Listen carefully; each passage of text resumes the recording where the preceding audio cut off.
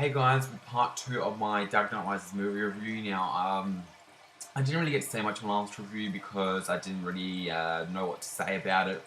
But now I can think of a bunch of things. But pretty much it took off straight from where the Dark Knight left off. Well, it's actually 8 years after.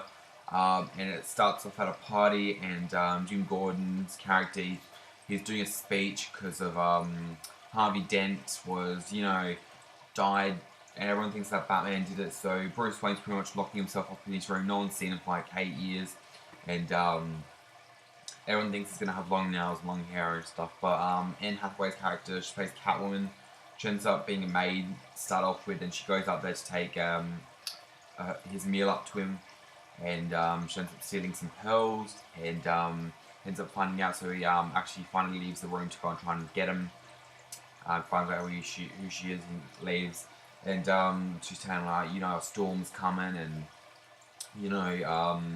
then he ends up finding out about Bane, and he has to try and stop the villain one last time. And Catwoman comes in to help, and Joseph Gordon-Levitt's character comes in to help. He plays a cop.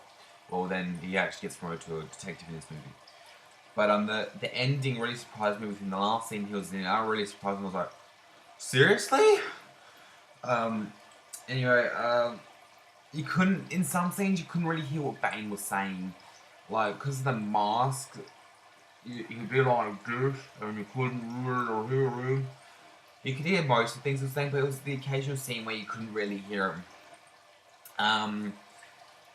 It went for almost 3 hours of film, which was, good. I don't usually like films that go for too long, but honestly, this one actually needed to go for almost 3 hours. Oh, sorry. This one honestly needed to go for about 3 hours. It was worth the watch. I didn't get bored in this film. I loved it all the way through. Usually if a movie goes too long and it's a bit slow, I get really, really bored. This wasn't a slow movie, and it's a non-stop action film, as I said in my last part. Now the other scene that I really loved was the plane scene, where they were dragging the plane along, and I ripped off the tail and everything at the start. Honestly, it was an awesome scene. I love that scene. So, yeah, that was just magnificent. So anyway, Harvey died, so everyone knows that if they've seen The Dark Knight. And pretty much takes off. They're doing like an 8-year reunion. I don't know what, because they had speeches for him. And yeah, and so I reckon Catwoman had a better part in this. She had a way better, style, you could probably say, in this. And I reckon Anne Hathaway plays a brilliant Catwoman. I don't want to spoil the ending here, but it's an absolute perfection ending to a trilogy.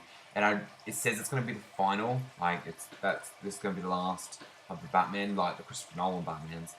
But I reckon he's going to make another one. I honestly think he's going to make another one with the way the third one ended. But if he says that's going to be the last one, that might be his last one. But what? Anything's possible in Hollywood. They say it's the last one, then another one comes back. But anyway, I honestly loved the film, and I know a lot of people did. Very sad what happened in Colorado with the people and the kids and all that, how they were just being randomly shot. And my heart goes out to them. And so yeah, thank you a lot for watching my part 2 of my movie review, and don't forget to rate, subscribe, and comment. Goodbye.